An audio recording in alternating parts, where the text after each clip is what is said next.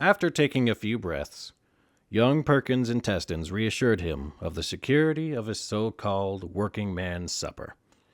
After performing the usual pre-bedtime ceremonies, young Perkins bids the widow good night. Lying in the bed surrounded by smiling dolls, no longer dark, no longer menacing, smiling to reassure him that tomorrow would be a new day, perhaps even a better day. While the young man slept, his sleep was interrupted several times that night by sharp, intermittent nightmares. Nightmares of the hound, nightmares of the deputy's little sister. From that night forward, young Perkins, from the age of 13 to his final days on earth, would never again drink soda from a bottle. The day broke in the customary manner with the call of the cock and the distant chiming of the school bell. Images of yesterday's grotesquity, distant but not forgotten, allowed the young man to complete his breakfast. It being autumn, the approach of winter meant that there would be a bowl of gruel. He didn't mind eating oatmeal in the winter when the weather grew cold. He very much enjoyed a hot steaming bowl of cream of wheat. After bidding the widow the customary adieu, the young man, as usual, walked the trip to the schoolhouse. The bully presented him with yet another shove while rushing past. Young Perkins falls and lies prostrate on the ground, only to be lifted to his feet by his boon companion and sole friend, Kevin. The usual verbal chastisement by his little sister, Trina, made the day seem like any other day. Secure in the knowledge that they would not be required to spend not one moment, not 1 second, after school when the bell rang, they would be free of Mr. Pickman. All continued wearing their crosses to the teacher's consternation. Many attempts were made by Pickman to get the children to remove their crosses. Time and time again, young Perkins foiled every subversive endeavor for the children to discard that which would shield them from any form of the dark necromancer's nocturnal malevolence. Where Pickman could not punish them physically, he tortured the children mentally. Every day there would be some test, some difficult mathematical equation that he presented. Some elaborate formula would be placed before them to solve, knowing that few, if any, would find the correct solution. Thereby, that would be his opportunity to lash them with his tongue, chastise them, torment them, make them feel small, humble them, humiliate and degrade them, all the while spewing forth godless blasphemies, railing against the Creator, his Son, the risen Christ, railing against those who believed in a heaven to gain and a hell to shun. The days passed with the usual monotony as autumn slowly rolled into winter, its cold embrace reminding all of the approach of Christmas. Young Perkins found his job at the general store easier. Always, the two octogenarians remained in their place, not leaving until the close of the store. Always fighting the same war, again and again, battling whether the red checkers will defeat the black ones, who would be the day's victor. Young Perkins was learning the streets and alleys of Muskie. He was becoming more familiar with its residents, but always steering clear of the pool hall where the deputy's sycophants, Bubba and Darrell, daily haunted. They, too, remaining until dusk, their thoughts revealed themselves, and it followed this. Bubba speaking to Darrell while stroking himself, the outside of his overall revealing his lustful hunger, and Darrell laughingly admiring his bold, foul discourse. There in the front of the pool hall, the two would remain until the sundown law went into effect, hoping to catch some poor colored girl or woman walking at night unescorted. The hunger for the feel of the tight fit of a colored wench's moist, black womb dominated their every conversation. When sent on errands or to deliver this item or that, Young Perkins was also careful to avoid the town square. On the occasion he was required to deliver a package to a shop on the square, young Perkins would linger there for an hour or so. Upon returning, he would inform the clerk that he just couldn't find the address, whereupon the clerk would laugh at the young man's ignorance, and informed him that at the close of the day he would return the item to the proper purchaser. Again and again, young Perkins would triumph in the subterfuge, thus avoiding the town square again and again. The slovenly storekeeper would accept his utterances of ignorance and laughingly oblige the young man to lose, playing the part of young Perkins and deliver the items himself at the end of the day. But the universe, being a strange and mysterious thing, as life would have it, the subject on which this story is based appeared. The hound lay lazily in the open doorway of the general store. The two old codgers continued in their battle of checkers. The store clerk leaned against the counter, lazily chewing his tobacco, presenting the spittoon with its masticated offerings. Two strangers appeared. A middle-aged white man in a black suit. Around his neck was the mark of his profession, for the gentleman wore a minister's collar. He gives a friendly touch of the brim of his hat in the acknowledgment in the direction of the two old codgers that remained seated, engrossed in their ceaseless battle of checkers. Looking up, they notice the pastor and acknowledge him with a nod of their heads. Accompanying the minister, a petite young thing, approximately 11 years of age. Her dress was that of privilege, a certain elevated status. Her attire was conservative, neatly tailored, an immaculate white chiffon dress, white patent leathered shoes, short white gloves, the kind that in the Mount Olive First Missionary Baptist Church were worn only by those who served in the role of church usher. Their gloves were plain white cotton, not nearly as fine as the ones she wore. Her gloves were trimmed in expensive, intricate lace. She had hair of gold, like her late mother, who had died in childbirth, bringing the lovely innocent into the world. The young girl's golden blonde hair done up in lovely, circular locks in the fashion of Shirley Temple.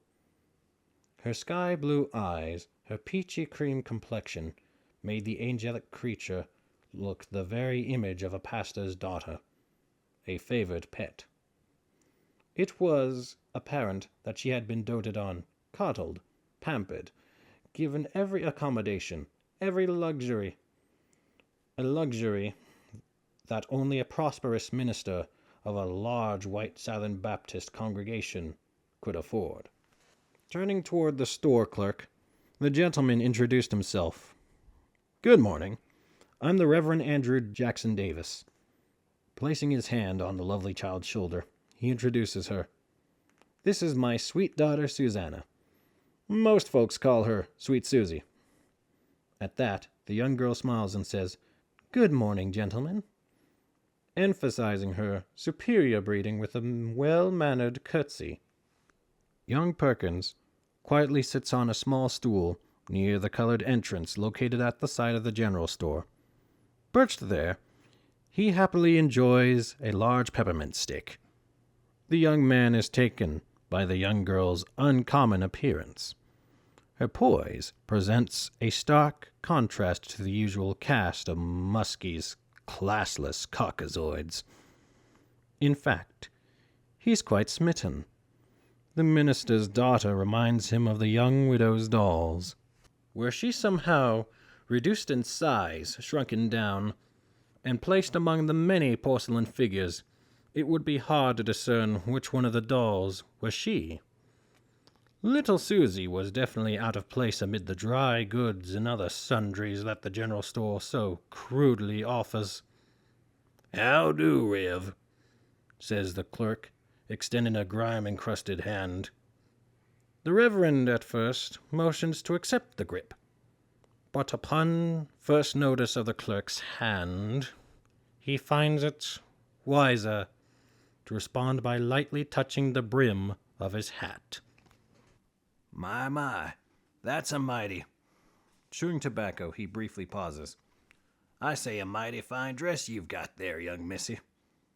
The slovenly clerk once more presents the spittoon with yet another disgusting offering. I thank you, kind sir. She returns the compliment with a curtsy. I'm sure we'll see you at service on Sunday. Daddy had a church in Biloxi, you know. The whole congregation said he was the best preacher they ever heard. Smiling a dimpled smile, she begins batting her eyes. Turning towards the two octogenarians. Excuse me, kind sirs. Will my daddy and I be having the pleasure of your company come Sunday? The pair of old codgers are taken off guard. Muttering to themselves, they momentarily call a truce, as a nervous smile spreads across their face. Uttering not a word, the old men merely smile in agreement. Well, that's fine, the preacher replies, his voice denoting the level of his gratitude for their attention, fully cognizant that their attendance would add to the church's coffers. The many dimes, nickels, and the occasional dollar would add up to a considerable amount of money, if and only if every pew was filled to capacity.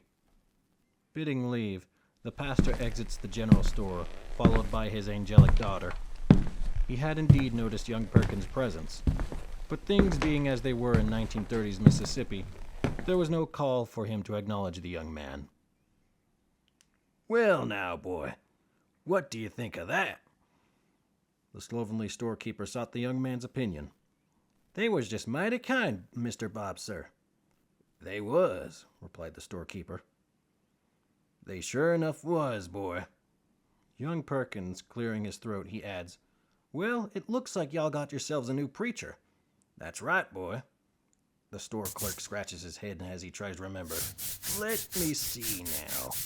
I can't rightly remember what happened to that old fool of a preacher we had before. Turning toward the two elders who continue in their checker game, he questions, Y'all remember that old preacher we had a while ago? The pastor's name is remembered as the slovenly clerk snaps his fingers and says, Oh, yes. His name was... The keeper's mouth rapidly masticating. That's it. Don't tell me. I know now. Once more blessing the spittoon. You remember a while back. What was his name? Straining to recall. Oh, yeah. I remember now. I think that fool's name was Albert. Albert Fish. I don't know about you, old boys, but that there fella was mighty peculiar. Something about him gave me the shivers, you know. The willies.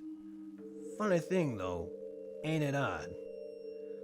When that little gal of Guthrie's disappeared, you remember how even after service, after we looked and looked, the sheriff brought out the hounds couldn't find no scent of the gal, neither hide nor hair. Come next Sunday, that old preacher just plumb left town without even a buyer leave or nothing. Just vanished. Turning toward the young man who still remained seated, Bob the slovenly storekeeper addresses the youth. Boy, you was probably too little to remember. I know you don't go to no white folks' church, so you wouldn't know nothing about it, probably. But folks didn't like the way he'd look at the children, especially the little ones. The way he used to play with them when they was on his lap. I guess he figured that folks might have blamed him for the little gal being gone. Mr. Guthrie's old woman, I remember she went plumb loco, lost her mind. Even today, I think the poor soul is still locked away. That's right, boy. Her tell, she's a raving thing. They got her locked away up in one of them padded cells. Looked to me like she ain't ever gonna get out. Yep, poor thing to this day, still in the madhouse down in Jackson. The way I reckon it, he didn't want to be blamed for that little gal's disappearing. I guess he felt it was better for him to just abscond with himself, especially once more presenting the spittoon with yet another blob of saliva. Boy, I tell you, that there Reverend Albert Fish, something about him just wasn't right. Two old men, nodding off, lazily nod their heads in agreement. The conversation turns to the minister's lovely daughter. That's a right fine man we got us. Yes, sir. A right fine man. And that little gal, she's just as sweet as she can be. Masticating his chewing tobacco, he strains to remember. What was that sweet little thing's name, boy? Susie. Young Perkins unintentionally blurts out the name. His vibrant declaration alerts the slovenly storekeeper to his adoration. A sly smile comes across the store clerk's face. Well, now ain't that sweet? Addressing the two old men sitting half in slumber. Ain't that just nice? That there colored boy sweet on sweet Susie.